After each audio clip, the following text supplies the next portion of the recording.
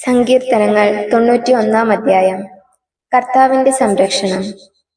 അത്യുന്നതന്റെ സംരക്ഷണത്തിൽ വസിക്കുന്നവനും സർവശക്തന്റെ തണലിൽ കഴിയുന്നവനും കർത്താവിനോട് എന്റെ സംഗീതവും എന്റെ കോട്ടയും ഞാൻ ആശ്രയിക്കുന്ന എന്റെ ദൈവവും എന്ന് പറയും.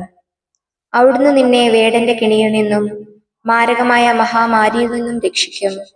തന്റെ തൂവലുകൾ കൊണ്ട് അവിടുന്ന് നിന്നെ മറച്ചുകൊള്ളും. അവിടുത്തെ ചിറകുകളുടെ കീഴിൽ നിനക്ക് അഭയം ലഭിക്കും. അവിടുത്തെ വിശ്വസ്തത നിനക്ക് കവചവും പരിചയമായിരിക്കും. രാത്രിയിലെ ഭീകരതയും പകൽ പറക്കുന്ന അസ്ത്രത്തെയും നീ ഭയപ്പെടേണ്ട.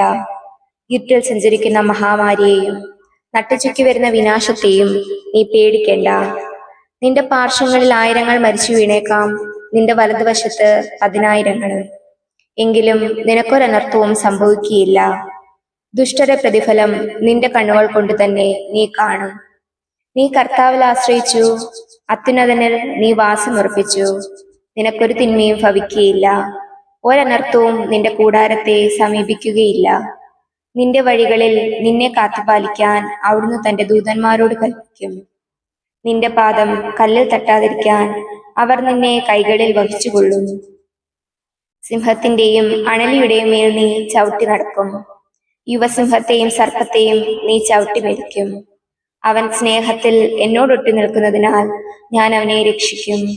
അവൻ എന്റെ നാമം അറിയുന്നത് കൊണ്ട് ഞാൻ അവനെ സംരക്ഷിക്കും. അവൻ എന്നെ വിളിച്ചപേക്ഷിക്കുമ്പോൾ ഞാൻ ഉത്തരമരുളും. അവന്റെ കഷ്ടതയിൽ ഞാൻ അവനോട് ചേർന്ന് നിൽക്കും. ഞാൻ അവനെ മോചിപ്പിക്കുകയും മഹത്വപ്പെടുത്തുകയും ചെയ്യും. ദീർഘായുസ്സ് നൽകി ഞാൻ അവനെ സംതൃപ്തനാക്കും. എന്റെ രക്ഷ ഞാൻ അവന് കാണിച്ചു കൊടുക്കും. ആമേൻ.